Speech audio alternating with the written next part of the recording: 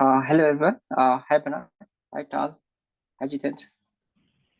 Hi. Hi. Hello. Hello. Let's wait for 1 more minute and other folks let them join and we'll start from there. And yeah, please feel free to add any agenda item which you would like to discuss. So the link I have shared over the Slack.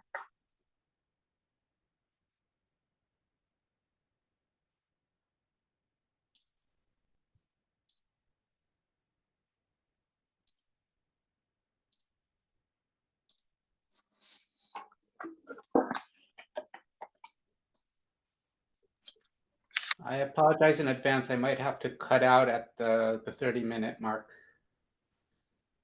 Okay, Tal. Yeah.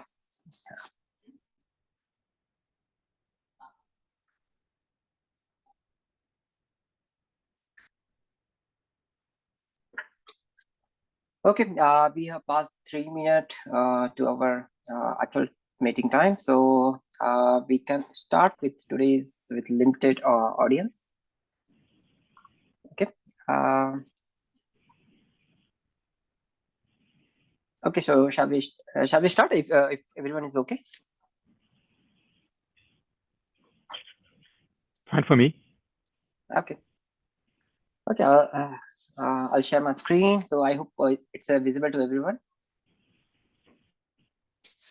Yes. Okay. So yeah, actually today I have put these two agenda items for discussion. One is the impact analysis, and another is like our last week discussion, which will go in further details. So yeah, before going that, Miss, I'll give a quick recap, Miss, what exactly we did last week. So let me quickly open it. Okay. So yeah, last week we were discussing about the service assurance flow. So how it will be interacting with the package controller and observability. So yeah, we discussed on the some items on the models also. Like we were feeling that the service assurance CR should have what need to be observed, how it should be observed, when we need to correlate, and what action need to be taken. So we put this 4 items to accommodate inside our CR so that we can realize end-to-end assurance system. So yeah, we were brainstormed on these topics, and we came to a few conclusion points. So that's some comments I have captured it here. So last time Wim was there, and he also shared his thoughts. So yeah, these were the few comments like what need to be observed that should be provided by the service assurer. Yeah, we'll try to take an example like UPF. So the UPF says I need to observe some kind of workload, so that need to be observed by the that should be provided by the service assurance, and how it should be observed. People are opinionated that it should be done by the observability because it is some further details, and also if you would like to make our system more declarative, then the how should be always be answered by the module or the provider who provides the observability capability. And the third one, when to correlate, we need to service assurance would provide it. It's like a trigger point for those observability parameters, and what action need to be taken. That again, observability need to decide it. So this is the one. And yeah, a few before going further, any comments from Bernard or Tal? Anyone? What do you think? Is it the right approach, or any comments? I would have one request. Yeah. I would like to make sure that in the modeling guidelines and in the guidelines for the behavior of be it controllers or, as mentioned here, observability providers, there are certain conventions or recommendations being made of how to implement that. Yeah, that means sort of if it said should be expressed by observability provider, I would like to have some kind of statements of how that should happen, how what the behavior should explicitly sort of reflect here, and therefore it's not only about simply sort of having a sort of a high sort of hand waving type of statement here, but sort of really boiling it down to something where we say the implementation and the sort of reference which are mentioned here are sort of easily trackable, and we sort of are not going to manufacture the solutions sort of depending on what kind of network function or what kind of environment we are having, but there are clear sort of rules of how to sort of express that. And there can of course be different options, but even for the options, we should sort of have some recommendations of how to handle that, because otherwise it's simply sort of saying there is going to be a guru function which is going to do that somehow, but it doesn't help us from a, let's say, from a telco operator perspective to understand how that will be managed in the day-to-day operations. Okay, but it would be okay if you add one more example. It's like to better understand your idea about the this I can give an example regarding the impact analysis also, as a recommendation, and I can sort of try to explain that. But basically, sort of when we're talking about sort of who needs to express something, how should certain functions behave, I would like to have sort of this sort of written down as a recommendation from the Nephew community of this would be the best way of how to handle those things, or a recommendation of what kind of options we have in place, so that based on that we can have a sort of a clearer view on sort of what we as telco operators would have to sort of take into consideration. Again, I don't want to have sort of solutions where sort of depending on the workload provider or infrastructure provider, we have different options and they all don't fit together. This is something which is basically would not help us here. Yeah. Right. I agree. Okay. So how exactly would like to deal with it? This particular modeling proposal is like, shall it be a part of a group 4, or do we need to write any further documentation or capture this aspect somewhere? I believe first of all, Tal has a sort of a comment to that, and I would love to have that somehow as a modeling guideline, as a guideline also for the behavior of certain functional elements in our Nephew setup. But Tal, I believe you have got thoughts here. Yeah, excuse me. This has been a challenging topic for about 40 years, right? The observing data and trying to model it and put it in buckets that you can process it when you know that it's very, very heterogeneous and mixed, and again, every provider, every piece of equipment does it differently, right? And you're trying to model it and push it into certain buckets that you can actually analyze it with any kind of precision, right? So this will be ongoing, and we're not really inventing this topic here, of course, right? This is a wide challenge. However, you know, Bernard's thought that, you know, what can we do in terms of modeling within Nephew to make sure that the data that at least we produce, right, is digestible, right, by our observability framework. I think an important part to add to it is not just modeling the data, but metadata, which is, again, a very big kind of word, very catch-all, but it could be understood as something that's out of band with the actual content, but that tags it in a certain way, right? Exactly. Right. So it's not the solution to the problem, right? Again, this is a challenge that's just ongoing, but I would just list it as another one of our tools, right? So one tool is modeling, one tool is metadata, and yeah, of course, there's a lot of tools in between, right? You know, filtering data. You know, a lot of times the problem is too much data, moving the data. Yeah, so we're still a little bit in the high level here of the philosophy of what we're doing, but I think as we start to drill down to actual examples, we'll see these challenges and think, oh, here's an area where we might need to tag something with some sort of metadata. So just to keep it in mind, I don't know if we have to actually write it down, but these are just my high-level I have a simple proposal here, and it's more like sort of trying to describe sort of the core elements and then extend this approach as it might seem suitable. So I believe we all agree that we want to make use of the Kubernetes resource model in order to capture the main entities of what we are managing here. Yeah, there's not sort of going to be some kind of side arm where we say now sort of these elements sort of will be handled in a different setup.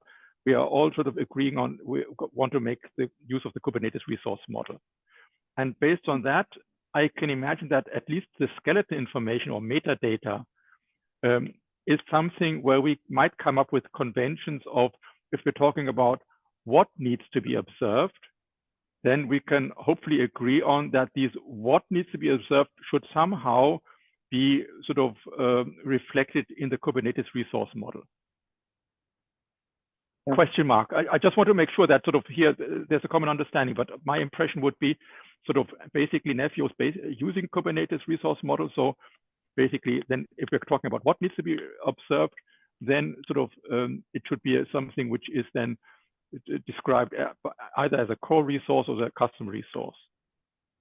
And if that's the case, then the question is sort of out of those elements which we are modeling here, how do I know when I start from a high level intent, what elements belong to that high level intent?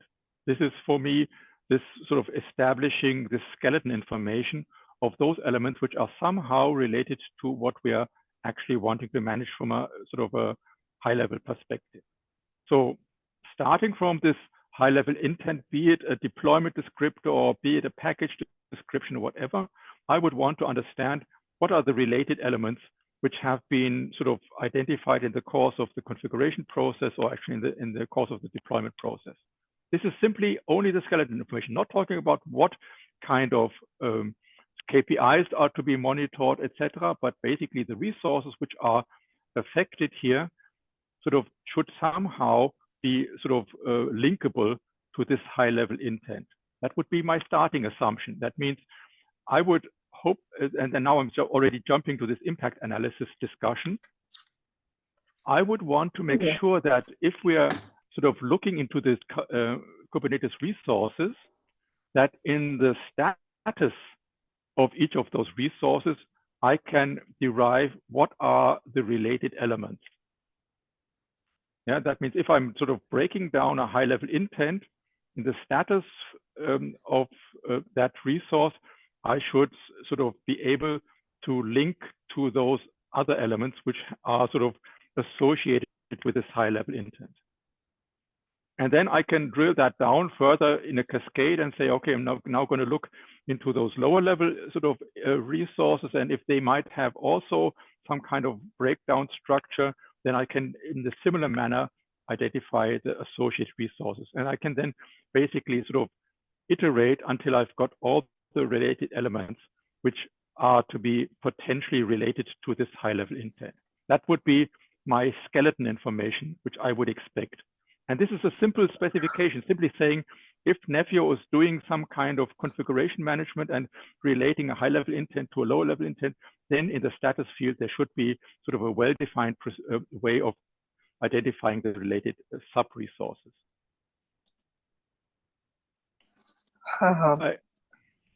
Bernard, could I go ahead with one query here? Mm-hmm. Actually, it's like we are segregating our management cluster and the workload cluster, right? And how we visualize the intent that we are creating, that is in a management cluster. And further, after the package processing, the lower level constructs are getting created in workload cluster. So, the propagating those level information to the management cluster, still we are not sure how that that's going to happen, right? From my perspective, that's easy because sort of in the management cluster, I would be understanding to which workload clusters I would be delegating certain deployment tasks. Yeah, that means I would know that sort of I would have a set of resources which I want to put onto cluster A, B, and C. And I would then not only sort of say in the namespace X, I want to have resource Y, but I would also say in cluster Z, this is something which would be instantiated. And then sort of via this, I would have a reference point where I say in the combination of cluster, namespace, and resource identifier, I would have the possibility to then look into further details. And then I would have to then go to the cluster Z and understand sort of what has been defined there. But I have a well-defined way of linking sort of from a management cluster to the subsequent clusters, workload clusters, sort of the entities which have been sort of instantiated over there. Okay.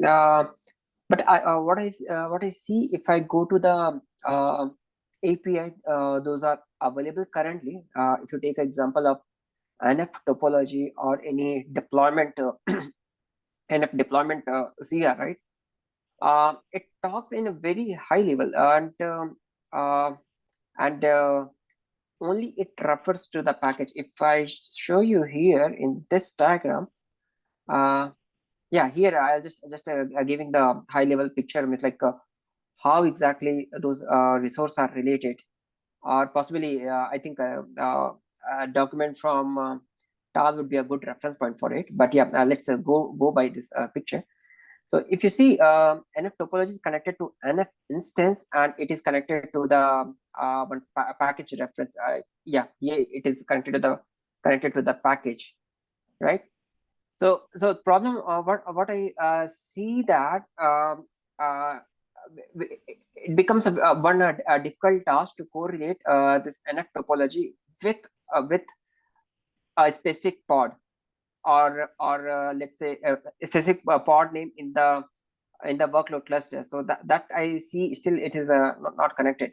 So maybe I'll take one example. Let's say I take an example like we would like to query about the availability of any NF deployed. So we deployed some NF UPF, and we'd like to know its status. So that can be done at the level of the NF instance. But let's say in the management, if you would like to know what are the pods where this NF got deployed or is running, so that piece is still, I feel that it will become a difficult question to answer. Maybe no, I don't agree. I don't agree. So this is now sort of more a request for the implementation and the behavior of for instance, the controllers who are sort of then managing the NF topology or an NF instance, etc. My thoughts here, what you're looking at currently, from my point of view, is a spec section of the custom resource models for those entities. Yeah, and they would be handled, for instance, like in the management cluster, and they've got their lifecycle in the management cluster and special controllers which are able to interpret that there. And then as soon as they break it down and then say, look here, sort of this is now has to be mapped to some entity in the workload cluster, the obligation which I would recommend is that these controllers then should put the references to those sub-entities into the status section of their resources, so that any kind of other tooling could sort of go through those entities and determine what are the related entities which have been generated based on the activities of those controllers. It's a simple rule which they have to pursue, that and when they update the status of these custom resources. So what you're looking here at is the status, the spec section of those resources. I want to make sure that when they're executing their reconciliation loop, that they update the status and then sort of inform sort of about what kind of sub resources they are relating to.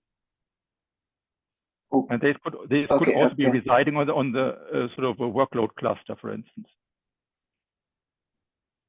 Okay. So would you like to take some information from workload cluster and also put in the status of the object? I would want to have a specification in the I would want to have a specification in the modeling section basically saying that as soon as the reconciliation loop of those controllers, which are related to those entities which are shown here, are doing their work, that they should update sort of the references of the linked sort of sub-resource which they're sort of looking at. And we could come up with a simple specification of what they should be doing here, but basically it's saying that sort of it will be a list of sub-resources with a combination of cluster reference and sort of namespace and resource identifier. Okay. But again, those resources are getting injected inside the package, right? So it is not there in the management cluster, right? In that moment of time. So updating any kind of resources, any kind of resource is running in whatever cluster. And any kind of resource, if it's going to break down sort of its own sort of specs into a set of sub-resources, then it should reflect those sub-resources in the status field of its own resource. Okay, Bernard. I still miss like I would like to have some few queries that I'll have it offline. Okay. I would like, for instance, to ask Tal, for instance, is that something which is unreasonable, or is that something which, from a modeling perspective, might make sense? I think it makes a lot of sense. So I think of it this way, right?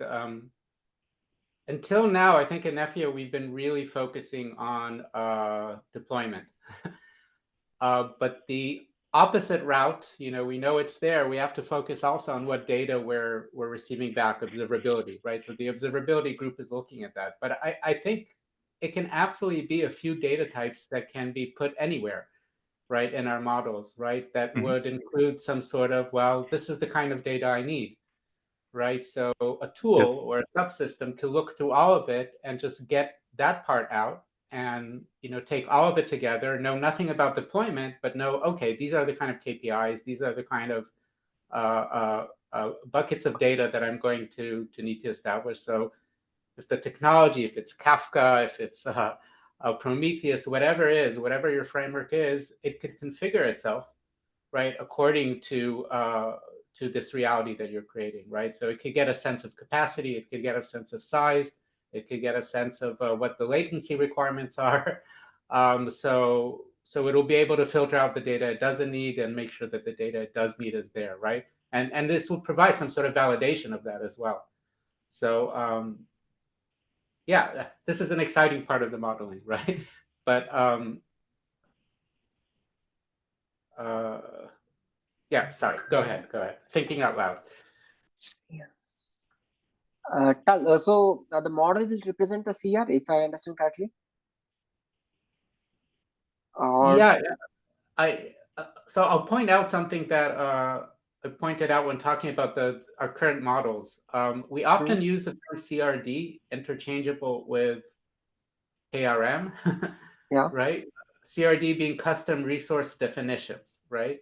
It is not interchangeable at Nefio, or generally, but especially in Nefio, many of our types never become custom resources, never become custom resource definitions, because they're handled entirely right now in our Git backend, but they're never actually declared as resources anywhere on any cluster, not on the workload cluster and not on the management cluster. So a lot of our processing doesn't happen actually in Kubernetes, as I point out, right? So I have a whole POC showing that we can store all our data in a SQL database and actually never use Kubernetes at all as a management cluster, because we don't actually need it unless we want to do data validation of those resources, right? My point being is that we really have to think about it as just data. It's models. They can be stored in any database. We store them in Git right now, right? Because we're oriented towards GitOps. But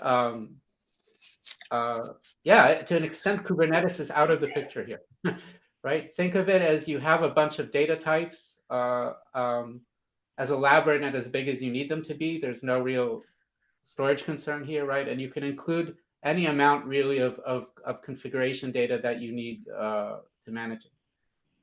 The status side is more complicated, right? We mentioned Bernard started saying before saying, we're not doing anything out of band here. It's all in our data types with their status. Well, status in Kubernetes and even in whatever data backend we choose is very slowly updated, right? Doing a git commit in GitOps is not a fast thing that you do 1,000 times a second, right? So we do have, of course, the data flows are separate. Status is something very high level that is updated infrequently, right? And it's more about showing that the system is working correctly, right? Status means status, right? It's not actually KPI. Yeah, but I'm a little bit worried when I hear that, because if we are starting now to sort of open up to, we can put that into a SQL database or an object sort of key value store database with sort of diverse structures, and we can put it in SNMP, etc. Then we're opening up the whole sort of Pandora box of different implementation options and integration aspects, which sort of really make our lives as telco operators a hell. So I really would love to come up with conventions which sort of simplify these aspects as much as possible. Of course, I'm not saying that we can sort of solve the whole setup here, but what I do want to make sure is that we start with as simple as possible approach. And the reason why sort of we as telcos were so, let's say, interested in that is because we've got too many management tools, too many options of how to implement something. And if we task vendor A and vendor B, they always got something different to do. And then we've got a huge integration hassle here. So right. Please make it more simple and not more complex. Yeah. So I'll point out that what I'm talking about is where the data is stored is an implementation detail. The whole point here is exactly that whatever we're doing, it's always going to be KRM, right? So if it's stored in an object database, in MongoDB, in Postgres, or in a Git repository for that matter, it doesn't matter. At the end of the day, it's just a storage issue. The reason I'm mentioning this and the reason I think it's important is just whatever storage we do, this is just part of the design principles of KRM, right? That status, these are types designed for orchestration, right? It's not that you can use these, there's no streaming, for example, here, right? So if you want to use status, we just have to keep in mind, it doesn't matter which backend you use, even if you use 100% Kubernetes etcd here, right? You'll be stuck with status being always out of date if you're looking for it to be. That's true, yes. But maybe we can separate a little bit what we mean about status, because yes. I simply want to make sure that the skeleton information, that means the managed entities which we are looking at, I'm not talking about the KPIs, etc., but the managed entities which are exposing certain performance indicators, that these are somehow managed via these KRM mechanisms, which might not have to be streaming, because the change rate of sort of pods, etc., is definitely sort of going to be a different change rate compared to, let's say, requests per second, etc. Yeah. So I would want to make sure that this sort of skeleton information of the elements which we are observing is something which we are handling in a consistent way. And this is also related to your metadata, which you've been mentioning before, regarding what sort of kind of metadata is associated with these models here. Right, exactly that. This is about establishing conventions that we'll be using throughout Nefio and maybe even beyond Nefio, for any kind of use of telco on Kubernetes with KRM. Here are some ideas to make sure that you are using well-defined types that could be used by any kind of observability framework. Yes. Yep. Okay. So yeah, actually, we till here we discussed 2 points, like for the model where we can express what observability is needed, and also we are talking about now relationship in the model. So that these are the 2 things from the modeling aspects, right? If I understand correctly.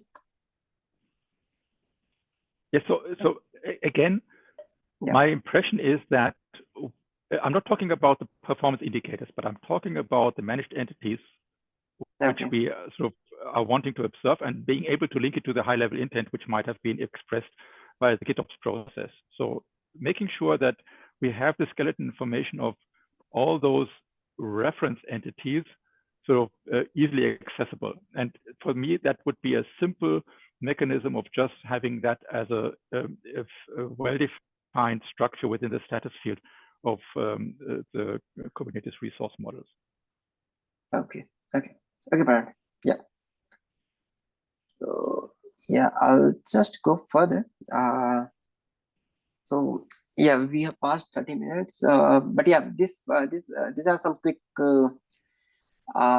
agreement and conclusion that we made in the last meeting. So I'll just go through it, and then we'll take our two topics.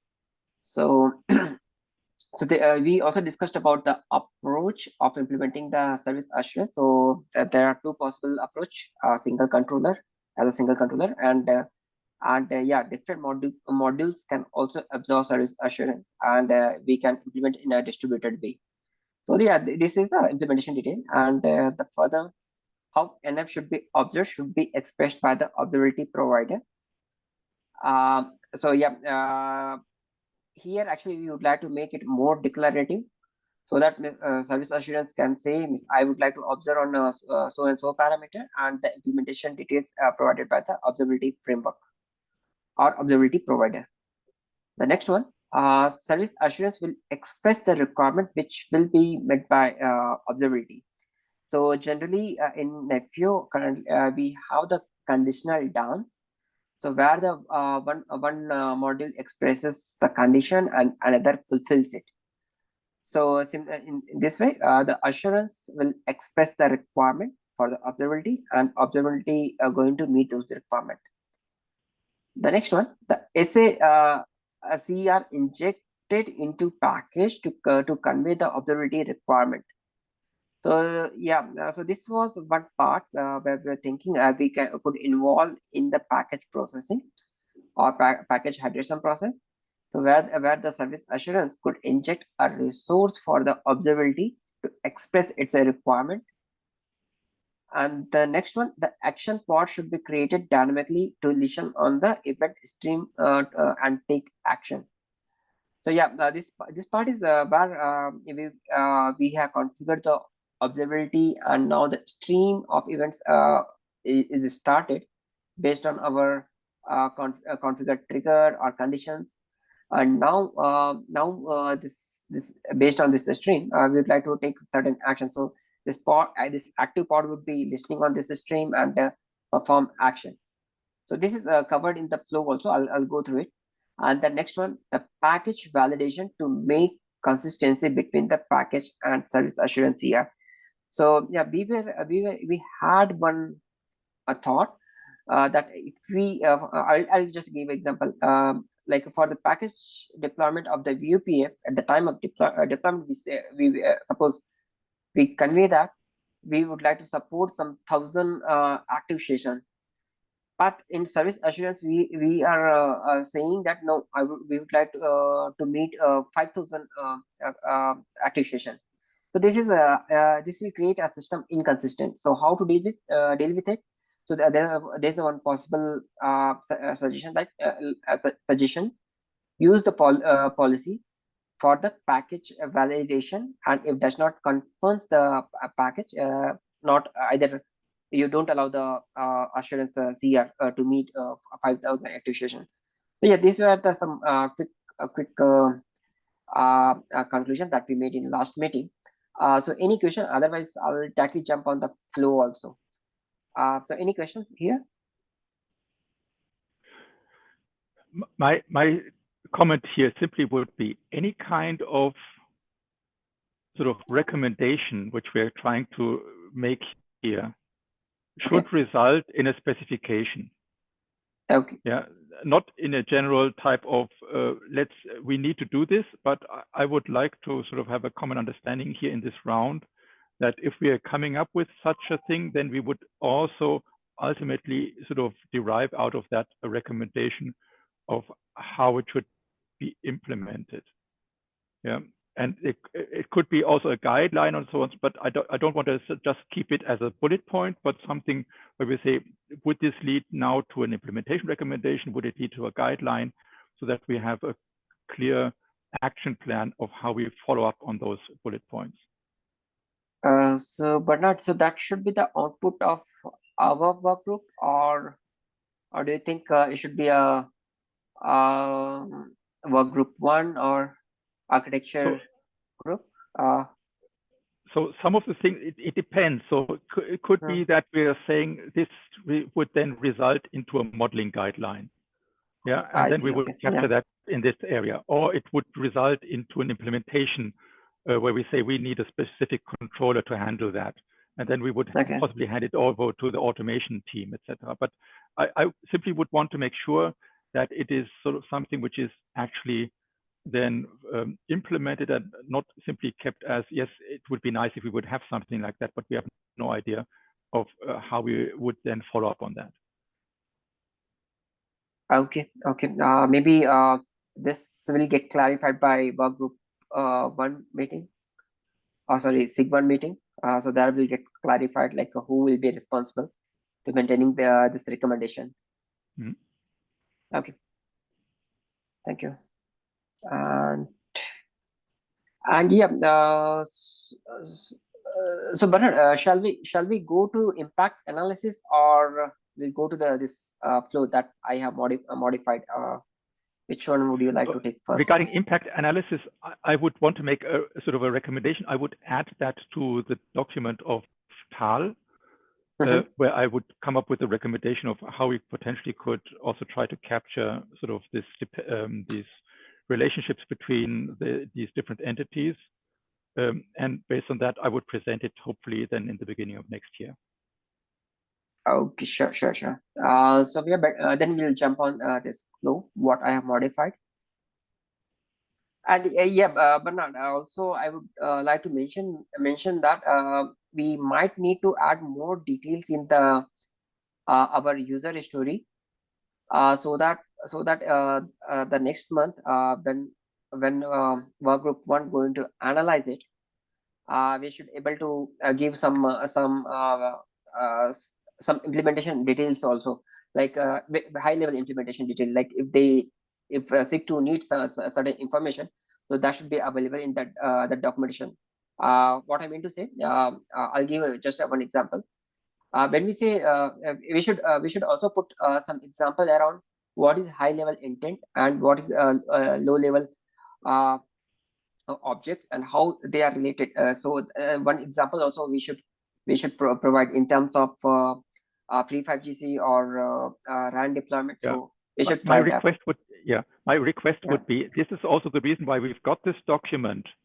Please, any kind of statement where we say we need to clarify this should be then commented in that document. Therefore, we've got this user story, and based on that, we can follow up on that. Otherwise, sort of we don't know sort of what are the missing points. And I would like to know the counterpart, so that those who are asking those questions, we can get in contact and make sure that we've got a proper understanding. Otherwise, I will be writing something, and again, I might be missing the point. So I would really want to have sort of someone who is now raising this question or this issue also be sort of listed as in the comment section, so that I can then, based on that, come up with a proper description. Because I've already been trying to write this user story several times, and every time it says something it might be missing. And I just want to make sure that the next time I'm going to write something, it's going to really sort of fit, and not that we have to reiterate it again. Okay, sure. Sure, Bernard. So would it be okay, Miss, if I review it and add the comment there, and we'll try to go further from there? Yes, that's very fine. Okay. Yeah, but again, sort of, as I can imagine that, for instance, if the question came from the automation guys or Wim or whoever, I would love to then sort of really make sure that if I'm going to give an example, that they say, this is it, yes, I can implement it. You remember we had, I believe, also with the experts from Samsung, so we already had this handshake, and the experts from Samsung said, yes, this is something which we can implement. And therefore, Yeah. I had the impression, yes, we can go for that. But if there's still questions, I would really want to understand who raised the question, what needs to be done here. Okay. Yeah. I think Wim is also here. So we'll take opinion from the Wim also. Wim, we actually, hi Wim, are you there? Yeah, I was a bit late, but yeah, I'm here. Yeah, Wim, so just would like to take your opinion. Currently, we are trying to create this user story. So what kind of details would you be needing, or how you are visualizing the implementation will progress, or who will be involved? So how exactly we should tackle this thing, user story? What is the So we general started. approach? I think we started to document a little bit with Alex's. First of all, we have the user story, so there is some guidelines on what those should encompass, and then we started to. So there is in the SIG 1 on the board. I'll look up the link. We started to see. What I'm trying to say is that it's kind of a flow, right? So you basically have user stories to say, okay, this is what I would like to see, right? Then you go to the next phase, which is, okay, what are the components and the APIs and all? So we basically put it together to see, okay, what are the things that you need in order to deliver the user stories? And then you start to implement, and then you probably iterate and so on and so forth. So it's basically an iterative process. Okay. So we started to document. I think Alex is doing that, or at least he started to identify the items that we need in the next phase beyond the user stories. And so I'll look up that link and I'll share it. Then you can already see. This is not yet. So we just started to document a little bit to make it a bit clearer what are all the pieces that are needed to be able to eventually implement, right? Or do a proof of concept or something like that. So in context of SIG 2, so what kind of detail would be needed? I mean to say that next month, I think SIG 2 going to be asking those details, right? So would you be looking towards some module level details, or how exactly? Would it be sufficient? I'll share the link in a bit. One moment. Okay, sure. Try to dig it up. Issue board. Okay, I found it. Continue, so but I'll. Okay, sure. Yeah.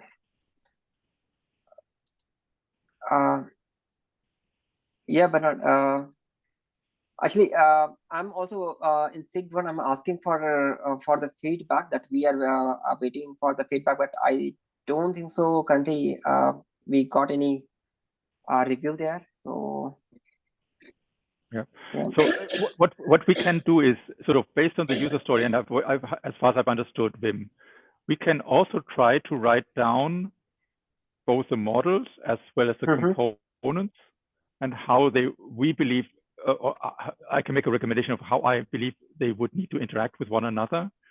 The only difficulty which I have is that if I come up with any kind of components and elements which I believe might be needed here, we might have to do some consolidation between the different user stories. Because just in the same manner as you've now got actors, SA controller, kube, API server, package control, etc., here in this diagram, I might come up with different elements and components which might sort of be used here. And therefore, sort of we might sort of come up with different, let's say, architectures and components which sort of are potentially also being contradicting one another. So I was just asking myself, how do we make sure that when we're listing these components, we are sort of making use of a well-defined set of components as a starting point and only extend the list of components as needed? This is something which I'm not quite clear about how we do that. Now, I think, Bernard, just to make it clear, right? So the user stories, we don't expect that detail there, right? So if you look, maybe it's good to see, I think, the ORAN working group, which is working group 3, I think. They are they have a bunch of user stories in the making, as far as I understand. I haven't really reviewed them myself, but they have a number of them. And so that is the first step. It's basically, what do we want to see, right? From this, that's basically what the user story is, with some context, right? The next phase that we are doing, or that the team will do, is then go to the level that I just shared, right? So yeah, those type of things. So it's an iterative. It's also an iterative process, and it goes a little bit step by step, right? That we have to go through.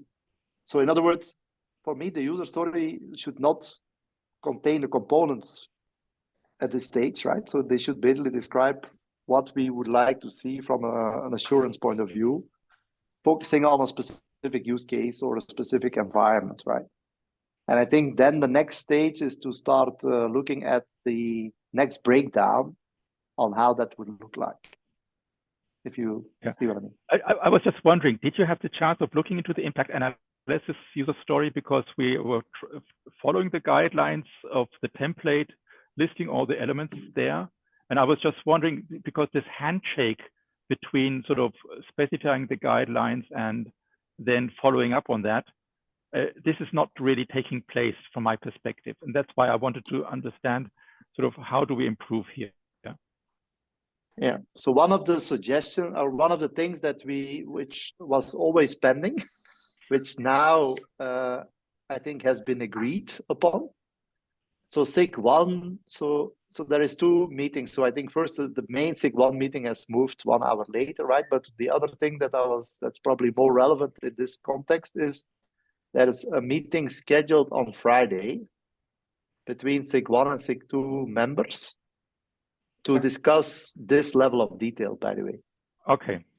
Mm-hmm. And that's how we should improve, because what we have done, as you rightly point out, is we have basically say, okay, this is what we would like to have, right?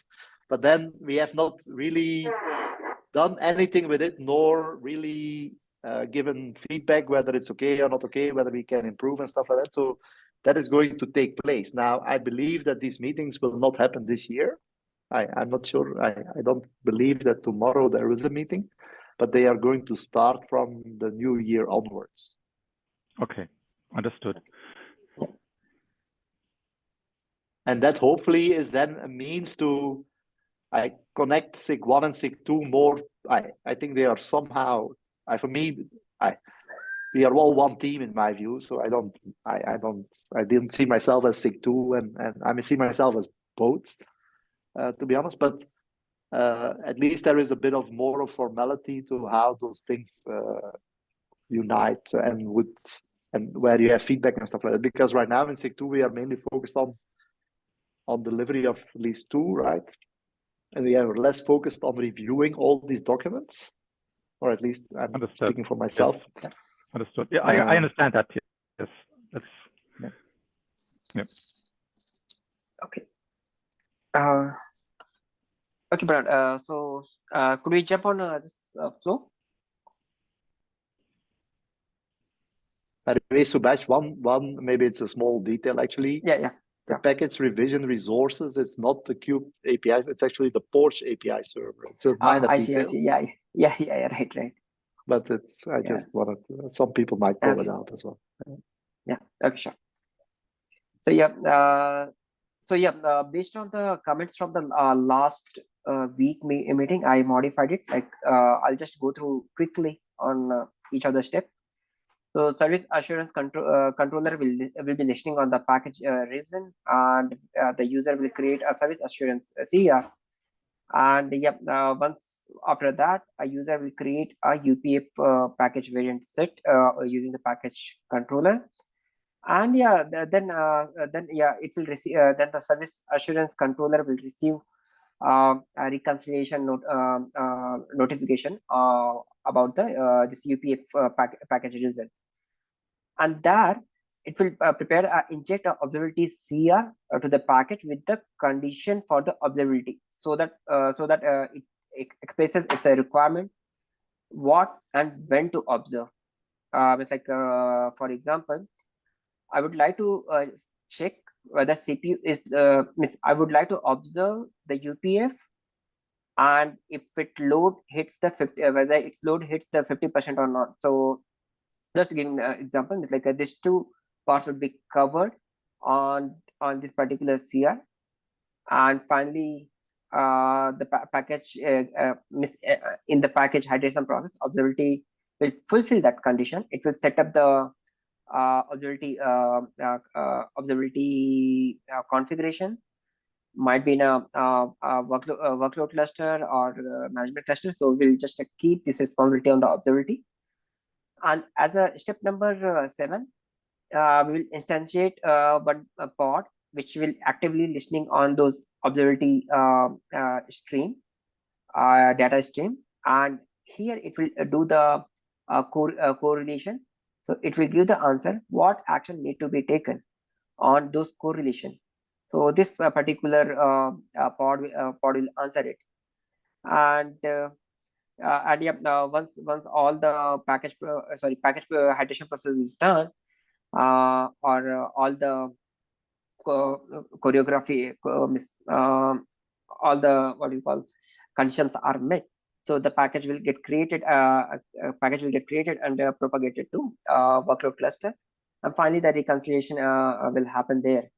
So in this way, I feel we can configure the service assurance loop or service assurance goal in this entire deployment, NF deployment. So this is the one modification I did based on the previous comments. So if any questions? Yeah, I raised my hand, I think. Subhash, Yeah, right? yeah. So, Yeah, so yeah. one thing is like, so, okay, I think I see. So you were saying that the service assurance CR should be injected dynamically. In my view, it can be part of the blueprint already. So there is probably 2 scenarios. One is that you know already. So if you deploy a UPF, like we do today in the package, we have a set of resources. From my perspective, service assurance could already be there from the beginning, right? If you know that these are things that you have now. Of course, if you have dynamic assurance things that you want to change the package, you have to go to the change management side. But what I'm trying to get to is the injection of the service assurance is not necessarily needed. You can basically put it as part of the package. So it's basically, I see it more as the package contains service assurance resources that will be, let's say, consumed one way or another. But you don't need to inject your service assurance into the package. You can just update the package direct, and that will give you the assurance requirements that you will give to observability that you will eventually consume. If you see what I mean? Okay. I understood. But let's say dynamically or a runtime, if we want to support the service assurance, like based on this particular CR created by any user, like a package we have it, and in that package you can update the package, right? You can just update the package. Yeah. So yeah, I mean to say same thing. Like I will be injecting that context in the package. But it's basically you create a new revision of the package. Basically, that's what I think you're trying to say. Yeah. Right. So let's say if we that CR is already available in the package, and again we modified. That means again we are creating another package revision. Is it not right? For every change, you create a new package revision, so you can keep track of all the changes that were happening. Right. And so on and so forth. So it's. So I think this should be also okay, right? I mean, either you inject it or it is available directly inside the package.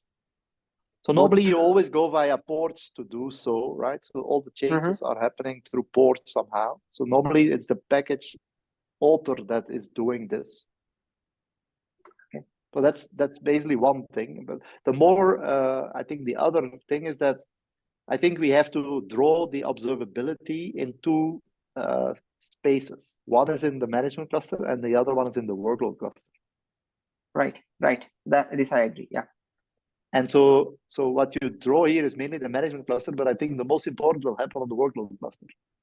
Yeah, here actually I mean to say that we have passed this requirement to observability. Let observability handle it in whichever the way they want. Yes, but most likely what I'm expecting to happen is that the observability requirement will be actuated onto the workload cluster, right? There is a Right. component of observability in the management cluster which you will interact with, right? Because that's your aggregated view, right? Yeah. And but the actual requirements to collect the statistics like the load will have to come from the workload cluster itself. Yeah. So in other words, there is a next stage here which happens after config sync exporting the information to the management cluster where the data is going to be collected. And then there will be an observability component on the workload cluster, which basically gets the information on a per workload cluster basis. And then you have a component on the management cluster from observability, which will collect the various information from each workload cluster towards the management cluster where things will happen, right? And the assurance, there is a certain piece of assurance that happens on the workload cluster, right? If they need to be, let's say, semi-real time. Right. The innermost loop. Yes, and then there is the management cluster, which will then get information from all the workload clusters, and he will do the what you call the semi-real time assurance actions. Right. Yeah. So we have to make. So somehow we have to put that into the picture if we can. I know it becomes maybe a bit too busy, but I think it's important to detail that. Of course. Yeah. I'll take this comment. We have just 1 more minute, so I'll give the opportunity to Bernard. Yeah, Bernard, maybe you could go ahead. Okay, we're already sort of at the end of this hour, but I just wanted to mention that there are sort of mechanisms where sort of, for instance, observability is managed by different elements which are not working as a sidecar or injected into the package. And therefore, we might want to differentiate a little bit when we're saying that we've got certain elements which we want to observe, certain KPIs which we want to observe, that we also try to think a little bit about the metadata which we are trying to manage in this context. So for instance, if we are talking about CPU consumption, etc., those things would be sort of handled on a different level, and we would not have to inject any kind of sidecar for that. So therefore, I believe that we need to also a little bit have a look into what kind of information are we wanting to collect, and if needed, do we have to inject sort of something into the site into the package, or is that something which is coming from a different source? This, I believe, needs a little bit more elaboration here. Yeah, Bernard, we discussed that last week. You were not there, right? Okay. But my view on this was that the details on how to collect is a job of the observability. The service assurance will say what they need. How is an element or characteristics of the observability. So they will know based on that requirement how to accomplish it. Okay. Would that mean that we're in this context only talking about the metadata? That means what needs to be observed, what kind of actions, correlations need to be done? Okay, understood. Because otherwise we blur too many layers together. I agree. Yes, right? I agree. And then it becomes way too complicated. So I think it's better to segment the pieces together. So for me, this is more, and then you have the observability. You could, I think Subhash said it a few times, I agree with him. It's like you could look at the observability as a provider of the service assurance, right? So he will implement the requirements, and then we segregate it cleanly, in my view. Then because otherwise the service assurance becomes a massive thing, which is Yep. So I wanted to go on this particular slide, but yeah, I think this year we're not able to. So already we crossed the time. So let's before closing, any closing remark or any points you would like to mention? Anyone? Okay. Do we meet next week, Subhash, or not? I'm actually okay, but I'm not sure. Yeah, Bernard won't be available. Right, Bernard? You won't be available? No, I won't be available. Okay. I'll be available. Maybe we could make a progress on the design part. I'll be available. We can discuss if you are okay. Yeah, I mean, we have to look to the others. I could join if you want, yeah. But Sure. maybe others. Yeah. Okay. So let's plan over the Slack channel itself. We'll discuss that if we are joining the next week or not. And before closing, happy holidays to everyone, and have a nice new year to everyone. We'll meet next. Same to you. Happy New Yeah. Year. Thanks Thank you. all. Yeah. Thanks, Sebastian. Happy holiday, Great guys. job. Bye. Bye-bye. Thank you. Thank you. Bye. Bye.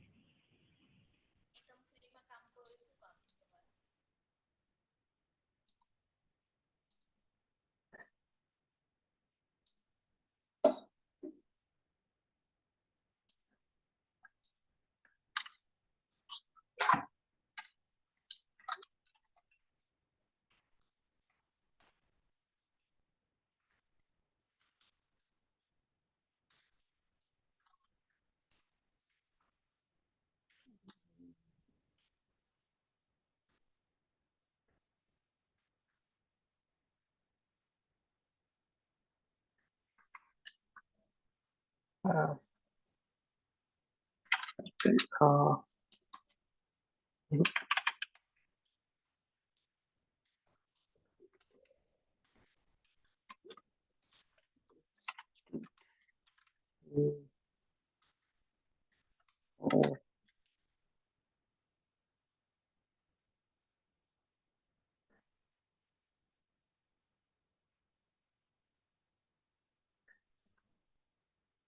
very well.